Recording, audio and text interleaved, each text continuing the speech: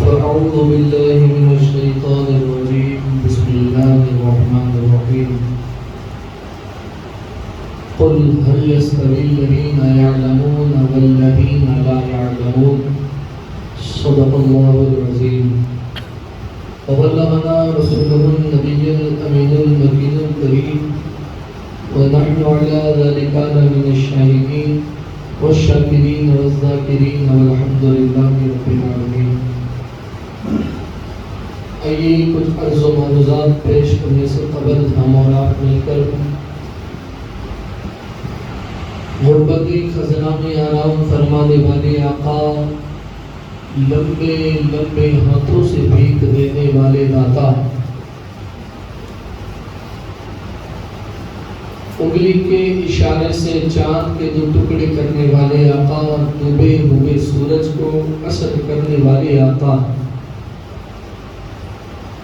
ابو جہل کی بدمٹھی میں کنکریوں کو کلمہ پڑھانے والے آقا، ہم غریبوں بے کسوں کے شفاعت فرمانے والے آقا، حضور رحمت عالم نور مجسم فخر آدم و بنی آدم جناب پاک احمد مجتبی محمد ربی اللہ فدا صلی اللہ تعالی علیہ وسلم کی بارگاہ مقدسہ میں جھوم جھوم کر بآواز بلند درود پاک داریاں بچھاؤ کرے پڑے اللہم صلی علی سیدنا محمد وعلی آل سیدنا محمد جد الحسن والحسین وبارک وسلم صلاۃ و سلام علیک یا سیدی حبیبی یا رسول اللہ صلی اللہ تعالی علیہ وآلہ وسلم. عزیزان ملت اسلامیہ، یہ ماہ شوال المکرم کا مہینہ جس کی آج 21 تاریخ ہے، اور نسبت والوں کو ہمیشہ نسبتیں نظر آئی جاتی ہے، محبتیں کہیں نہ کہیں سے رابطہ کرا ہی دیتی ہے. یہ وہ مہینہ ہے کہ اسی عظیم مہینے میں سید الشہداء سرکار امیر حمزہ رضی اللہ تعالیٰ عنہ میدان احد میں جنگ احد ہوئی اور شہید ہوئے. اسی مہینے میں آپ کی شہادت کا دن بھی ہے. پھر ابھی چند دن قبل 18 شوال کو جو تاریخ گزری، وہ ایک عاشق رسول، غلام آل رسول اور فنا فی الشیخ حضرت یمین الدین، جسے کائنات امیر خسرو کے نام سے جانتی ہے، اس مبارک معدب اور محب اہل بیت کا یوم عرس کا دن بھی گزرا. آج سوچا کہ اسی ہستی بابزرگ اور عاشق رسول کی بارگاہ میں کچھ ان کی باتیں، کچھ ان کی محبتیں آپ کی سماعتوں کی حوالے کر کے ان کی محبتوں کا ثبوت دے کر ان کی بارگاہ میں بھی اپنی غلامی لکھوا دوں. ہندوستان کی سرزمین پر آپ طوطی ہند کے نام سے بھی جانے جاتے ہیں، اور آپ ملک الشعراء ہیں.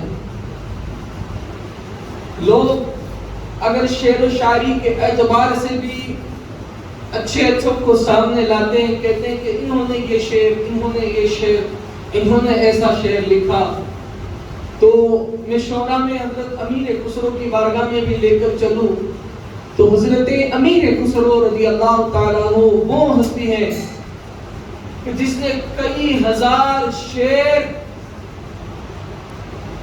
نعت کی شکل میں، اپنے مرشد کی محبت کی شکل میں، اور کبھی غزل کی شکل میں لکھے ہیں.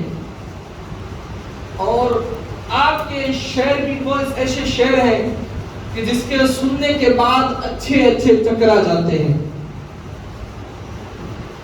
آپ نے ایک شعر یہ بھی لکھا ہے مرشد کی محبت میں کہ عیدگاہ ماں غریبہ، اپنے مرشد کے محبت میں یہ کہتے ہیں عیدگاہ ماں غریبہ کے لوگوں کی عیدگاہ عید کے لیے الگ ہے، انہیں ہماری ہوتی ہے نا. آپ تو یوں کہتے ہیں کہ میرے لیے میری عیدگاہ، میرے لیے میری عیدگاہ میرے مرشد کا آستانہ ہے. اور میرے لیے اس سے بڑی کوئی عیدگاہ نہیں ہے. میرے پیر کا آستانہ، میرے مرشد کا آستانہ میرے لیے عیدگاہ ہے. اور سوئے ماں غریبا چاند کہتے ہیں کہ یہ جو چاند عید کا نظر آتا ہے، ہلال جسے ہم کہتے ہیں، کہا ویسے ہزاروں چاند اور ایسے ہزاروں چاند کی روشنی میرے مرشد کے قدموں پر نثار ہے، اور اس سے کئی بالا تر میرے مرشد محبوب الہی کا رخسار ہے. یہ نظام الدین اولیاء ہے. اور آپ یہ اکثر سنتے ہوں گے یوٹیوب پر چاند تلک، یہ بھی نظام الدین اولیاء کا لکھا ہوا ہے. اور آپ سنتے ہیں کہ بزرگان دین لکھتے ہیں کہ ہندی اور اردو پر بڑی ماسٹری، بڑی پکڑ جو بزرگوں نے شعر میں لکھی ہے، اس میں ایک نام امیر خسرو کا بھی ہے. ایسی پکڑ آپ کی تھی.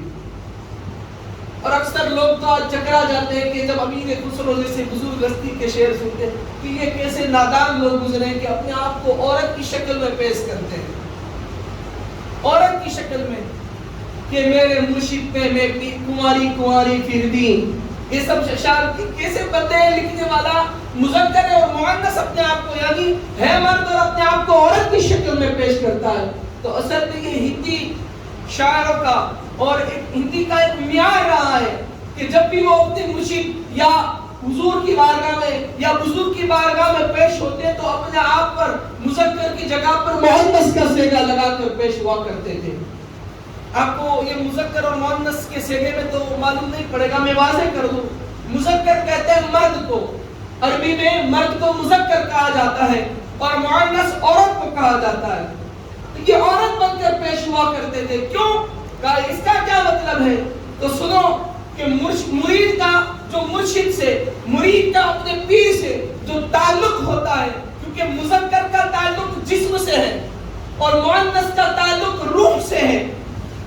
انسان کا مرید کا جو پیر سے تعلق ہے وہ جسم کے طور پر نہیں ہے، وہ روح کے طور پر ہے. مرشد سے مرید کی محبت جو ہے وہ روحانیت ہے، وہ جسمانیت نہیں ہے، وہ روحانیت کے طور پر وہ محبت اور اس کا جو تعلق ہے. تو جب انسان روح کی بات کرتا ہے تو کیا یہ کہتا ہے کہ فلاں کی روح، فلاں کا روح چلا گیا، یہ کہتا ہے فلاں میں روح ڈالا گیا؟ نہیں، بلکہ فلاں میں روح ڈالی گئی، فلاں کی روح نکل گئی، فلاں کی روح زندہ ہے، فلاں کی روح حیات ہے، فلاں کا تو ایمان مر چکا، فلاں کی روح ہی مر چکی ہے، اس میں روح ہے ہی نہیں، ہے نا. ہم اس مؤنث کے ناطے سے بات کرتے ہیں، روح نکل گئی، نکل گیا نہیں کہتے، نکل گئی. اسی طرح مرید کا تعلق اپنے مرشد سے روح کا تعلق ہوتا ہے. تو وہ جب اپنے مرشد کی بارگاہ میں جب بھی پیش ہوتا ہے تو اپنی روح کے ساتھ روح کے تعلق کو رکھ کر پیش ہوتا ہے کہ میں تیری بارگاہ میں حاضر ہو گئی. خیر یہ بھی ایک ٹاپک الگ ہے، اس پر تو گفتگو کے لیے چند منٹیں نہیں چاہیے بلکہ ایک طویل عرصہ چاہیے، تب اس پر جا کر مکمل انسان کی سمجھ والی گفتگو ہو سکتی ہے. ورنہ تو اچھے اچھے بیچارے پڑھے لکھے سٹھیا گئے ہیں اس میں، کیونکہ یہ ہے ہی علم ایک سمندر ہے، کوئی شک نہیں. اور وہ سمندر اللہ کے رسول فرماتے ہیں انا مدینۃ العلم، میں علم کا شہر ہوں. تو سمندر سے کچھ پانے کے لیے کوئی رابطہ چاہیے، اور الحمدللہ ہمارے پاس وہ رابطہ ڈائریکٹ ہے. اللہ نے ہمیں اس رابطے سے نوازا ہے. کون سا رابطہ یہ بھی میں نہیں کہوں گا، یہ بھی حضور کی زبان ہی کہوں گا، انا مدینۃ العلم، میں علم کا شہر ہوں، وعلی بابھا، اور علی اس کا دروازہ ہے. تو جسے سچا علم چاہیے، جسے پکا علم چاہیے، اس دور والا نہیں جو محمدی دور سے چلا رہا ہے، جو حیدری کردار سے چلا رہا ہے، جو حسینی معیار میں چلا ہے، جو حسنی رخسار میں چلا ہے، جو زہرائی مقدار میں چلا ہے، وہ علم چاہیے. تو اسے جو ہے حضور کی بارگاہ سے ایسے ڈائریکٹ نہیں ملے گا. تو اسے پہلے حیدری بننا پڑے گا، مولائی بننا پڑے گا، پہلے علی اور اولاد علی کے در کا سچا اور پکا غلام بننا پڑے گا. جب بندہ اس در کا سچا غلام ہو جاتا ہے اور پھر جب بارگاہ آل رسول میں سے حضور کی بارگاہ تک پہنچتا ہے، عشق میں جھوم کر پہنچتا ہے، تب جا کر وہ بندہ امیر خسرو بن جایا کرتا ہے. ویسے ہی نہیں بنا جاتا ہے، تب جا کر بندہ امیر خسرو بنتا ہے. اور امیر خسرو، اللہ اکبر، حضرت امیر خسرو نظام الدین اولیاء محبوب الہی کے مرید ہیں. محبوب الہی، اللہ کے محبوب نظام الدین اولیاء. ان کو محبوب الہی کہا جاتا ہے، ان کے مرید ہیں امیر خسرو. اور محبت کا عالم تو یہ ہے کہ بڑے بڑے دیکھیں کہ اچھے اچھے میرا مرید ایسا ہے، میرا مرید ایسا ہے، نہیں میرا پیر ایسا ہے، میرا پیر ایسا ہے، ایسے دیکھیں لوگ یہ کہتے ہیں. اور امیر خسرو کی ذات وہ ذات ہے کہ نظام الدین اولیاء رضی اللہ تعالیٰ عنہ امیر خسرو کو بے پناہ ان سے عشق کرتے تھے. میں محبت نہیں کہہ سکتا ہوں، عشق کرتے تھے، کیونکہ یہ آخری معیار ہے. لوگوں نے آج جو عشق کا مذاق بنا رکھا وہ عشق نہیں. تم دعوے میں جھوٹے ہو عشق کے دعوے میں. عشق تو وہ ہے کہ جب عشق ہوتا ہے بندے کو، اور جس سے عشق ہے اگر اس کا ادنا خانہ زاد کتا بھی اسے کاٹ لے تو وہ شکستہ نہیں ہوتا، بلکہ یہ کہتا ہے کہ میری قسمت پر مجھے ناز ہے، میرے مرشد کے شاگرد نے مجھے اپنی محبتوں سے نواز دیا. کتے کا عالم یہ ہوتا ہے محبت جب ہوتی ہے. یہاں پر تو اللہ اکبر، اللہ ہی خیر فرمائے. تو نظام الدین اولیاء رضی اللہ تعالیٰ عنہ کی بارگاہ میں امیر خسرو کو خاص مجاز، خاص قرب اور محبت حاصل تھی. نظام الدین اولیاء سے امیر خسرو تو بے پناہ محبت کرتے تھے، مرید تھے، لیکن مرید بھی ایسا تھا کہ مرشد بھی نظام الدین اولیاء، مرشد نظام الدین اولیاء بھی مرید امیر خسرو سے محبت کرتے تھے. اور امیر خسرو کو نظام الدین اولیاء کی بارگاہ میں وہ مقام خاص حاصل تھا کہ جب چاہے اپنے مرشد کی بارگاہ میں پہنچ جاتے تھے. جب کوئی شعر نیا لکھتے یا کوئی نیا کلام لکھتے تو اپنے مرشد کو سناتے. سب سے پہلے اپنے پیر کی بارگاہ میں جا کر وہ پیش کرتے. کوئی معاملہ ہوتا تو سب سے پہلے اپنے پیر کی بارگاہ میں پیش ہوتے، حضور یہ معاملہ ہے، مرشد یہ معاملہ ہے. اور امیر خسرو کے بارے میں نظام الدین اولیاء تو یوں فرماتے ہیں، غور سے سننا. نظام الدین اولیاء اپنے مرید امیر خسرو کے بارے میں فرماتے ہیں کہ اگر شریعت کی قید نہ ہوتی، جو شریعت کا دائرہ ہے، جو شریعت کی حد ہے، امیر نظام الدین اولیاء کہتے ہیں اگر مجھ پر شریعت کی قید نہ ہوتی تو میں یہ وصیت کرتا کہ مجھے اور خسرو کو ایک ساتھ ایک قبر میں دفن کیا جائے. نظام الدین اولیاء کہہ رہے اپنے مرید کے بارے میں کہ اگر شریعت کی قید نہ ہوتی تو میں وصیت کر دیتا کہ خسرو کو میرے ساتھ ایک قبر میں دفن کیا جائے. یہ محبت ہے. سنیں، غور تو کریں، صرف تصور تو کریں کہ وہ اپنے مرشد کی بارگاہ میں کیا مقام رکھتے ہوں گے، کیا محبت کا عالم ہوگا کہ مرشد پیر.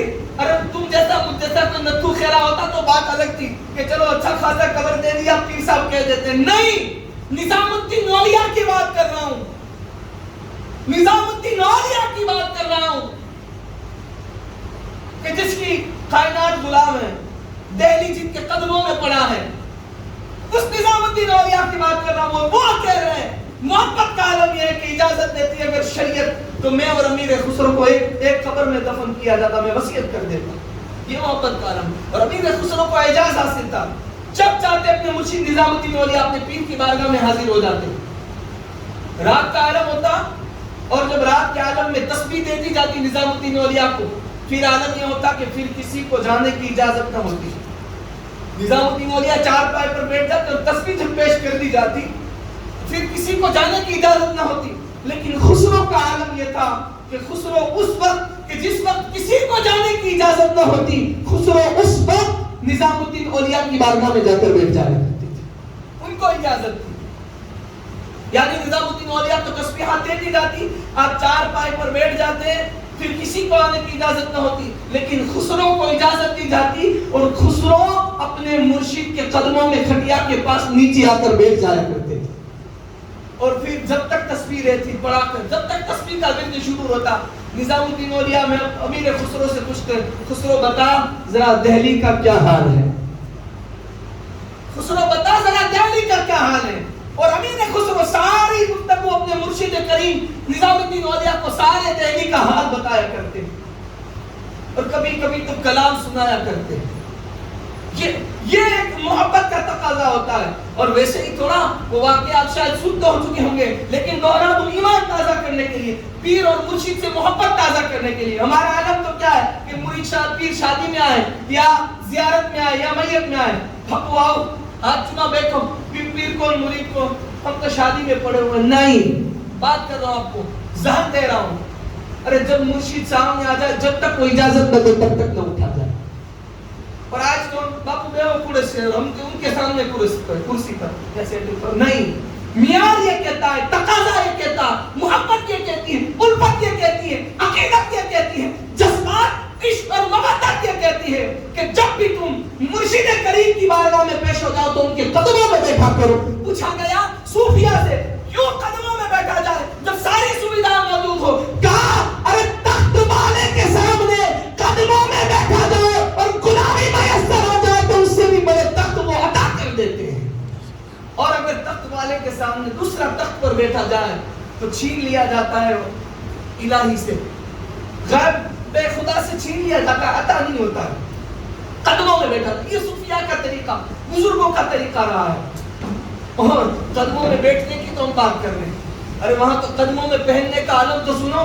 وہ آپ نے سنا ہے کہ نظام الدین اولیا کی بارگاہ میں ایک شخص آیا تھا, اس کی بیٹیوں کی شادی کا معاملہ تھا. نظام الدین اولیا نے فرمایا کہ کل آنا, بیٹھنا, جو کچھ بھی ہدیہ آئے گا تجھے دے دوں گا. وہ شخص دوسرے دن آیا, صبح سے نظام الدین اولیا کی بارگاہ میں آ کر بیٹھ گیا.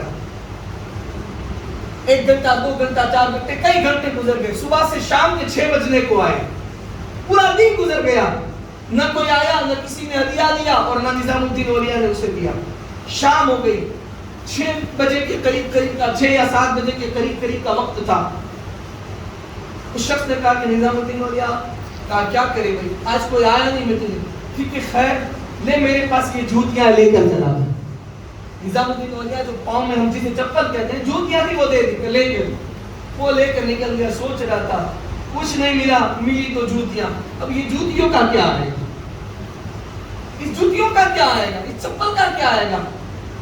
جب وہ شخص چپل لے کر جا رہا تھا نا تو راستے میں امیر خسرو سے ملاقات ہو گئی. بولو نا سبحان اللہ. راستے میں امیر خسرو سے, سچے مرید سے ملاقات ہو گئی, امیر خسرو سے ملاقات ہو گئی. امیر خسرو کو خوشبو آ گئی. تو ایسے امیر خسرو کو خوشبو آئی, کس کی آئی؟ اپنے مرشد کے چپل کی خوشبو, نالین کی خوشبو. 2-3-4 کلومیٹر ڈولی میں گھومنے کے بعد خوشبو نہیں آتی ہے. یہاں عشق کا تقاضا اور محبت تو یہ ہے کہ سامنے آتے ہی خوشبو آ گئی. اصل تو محبت اسے کہتے ہیں. فوراً خوشبو آ گئی. امیر خسرو نے اسے روک کر کہا کہ کہاں سے آ رہے ہو؟ نظام الدین اولیا کی بات. کہا مجھے اپنے مرشد کی خوشبو آ رہی ہے. کہا تیرے پاس مجھے کہا کیا؟ کہا مجھے تو نظام الدین اولیا کی بارگاہ میں بیٹھا تھا, یہ چپل دیے گئے. کہا میرے مرشد کی نالین تیرے پاس ہے؟ کہا کہا بتا کیا رقم لے گا. کہا نہیں. وہ تو سوچ رہا تھا کہ چپل کا کیا لوں گا, چپل کا کیا آئے گا. امیر خسرو کہتے ہیں کہ میں تجھے 5 لاکھ روپیہ دیتا ہوں, تو مجھے اپنے مرشد کی نالین عطا کر دے. صبح سے شام تک بیٹھا رہا, اگر ہدیہ ملتا تو بھی اتنا نہیں دیا جاتا جو ایک نالین میں عطا کر دیا. کہا 5 لاکھ؟ کہا ہاں.